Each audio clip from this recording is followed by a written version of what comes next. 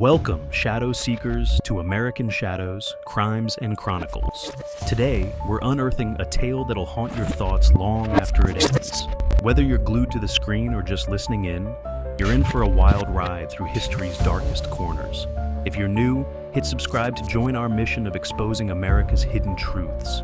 Regulars, your likes fuel our journey into the unknown.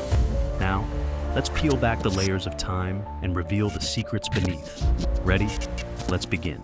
From privilege to prison, the twisted tale of the Menendez murders. Hello friends, you're watching American Shadows, where we unravel the darkest corners of America's history.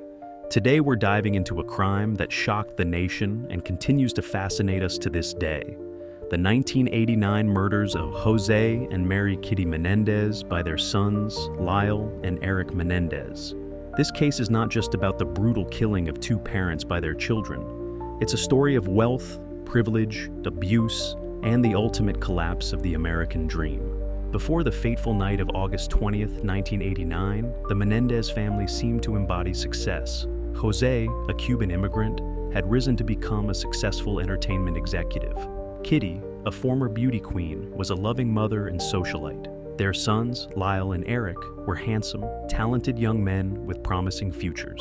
From the outside, their Beverly Hills mansion was a testament to achievement and family values. But behind this perfect facade lurked a sinister reality that would soon explode into violence. What drives two young men to murder their own parents in cold blood?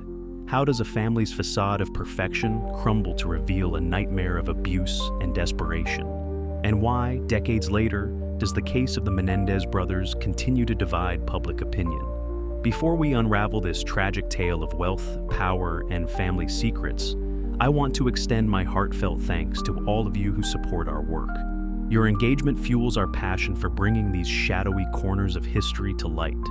As we explore this complex story, we'd love to hear from you. How do you think wealth and privilege affect the pursuit of justice? Have you followed the Menendez case over the years? Share your thoughts in the comments below. Your perspectives add invaluable depth to these narratives. On that summer night in 1989, the quiet tree-lined streets of Beverly Hills were shattered by the sound of gunfire. Inside the Menendez mansion, Jose and Kitty were settling in for an evening of TV when their sons burst into the room. The crack of shotguns echoed through the house as Jose and Kitty were brutally gunned down. The violence was shocking.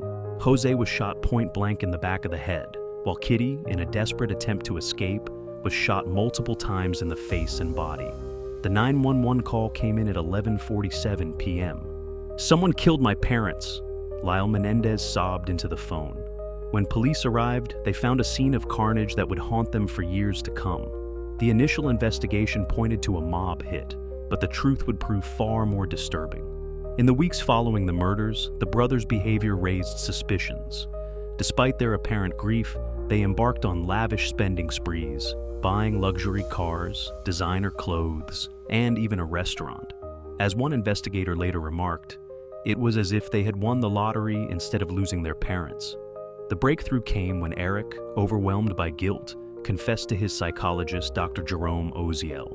"We did it," Erik reportedly said. "We killed our parents." This confession, overheard by Oziel's mistress, eventually reached the police, leading to the brothers' arrest in March 1990. What followed was a media sensation unlike anything seen before.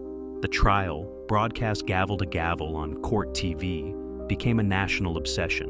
It was one of the first high-profile cases to be televised in its entirety, paving the way for future televised trials and sparking debates about the impact of media on the justice system. In the courtroom, two starkly different narratives emerged. The defense painted a picture of years of sexual, emotional, and physical abuse at the hands of Jose, with Kitty's complicity.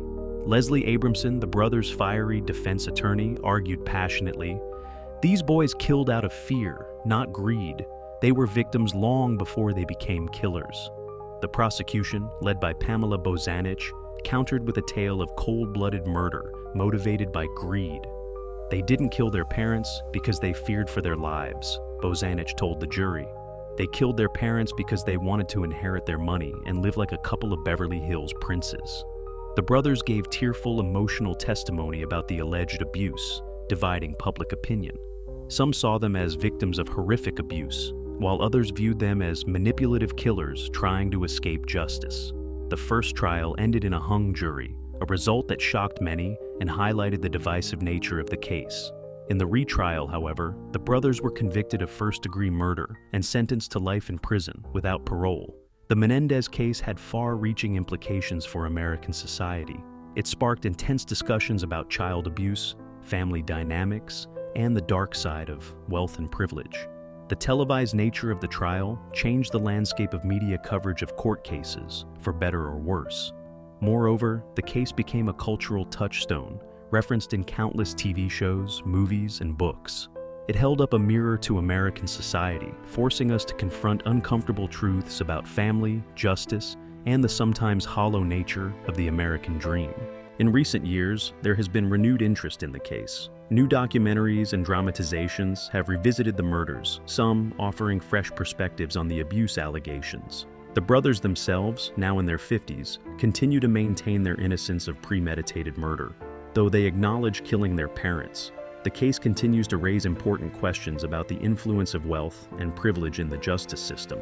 Could the Menendez brothers have gotten away with murder, if not for their extravagant spending and Erik's eventual confession? The trial also brought attention to the issue of parental abuse, though the truth of the brothers' claims remains a subject of debate. As we reflect on the Menendez murders, we're confronted with uncomfortable questions about family, justice, and the dark secrets that can lurk behind even the most perfect facades. How do we balance justice for the victims with understanding the complex factors that lead to such horrific acts? Can we ever truly know what goes on behind closed doors, even in the most seemingly perfect families? This case challenges us to look beyond sensational headlines and consider deeper issues. It forces us to confront the reality that sometimes the greatest dangers can come from those closest to us. This is American Shadows, where we peer into the darker corners of our nation's past and present. Until next time, remember that even in the most picture-perfect scenes, shadows can lurk. The Menendez case continues to remind us that truth is often more complex than it first appears, and that the pursuit of justice is rarely straightforward. As we go about our daily lives, let's take a moment to consider the importance of looking beneath the surface, of questioning our assumptions, and of extending compassion even in the face of horrific acts. For it's in understanding our darkest moments that we can hope to create a more just and empathetic society. Stay curious, stay vigilant, and keep watching American Shadows. In the pursuit of truth, every question matters.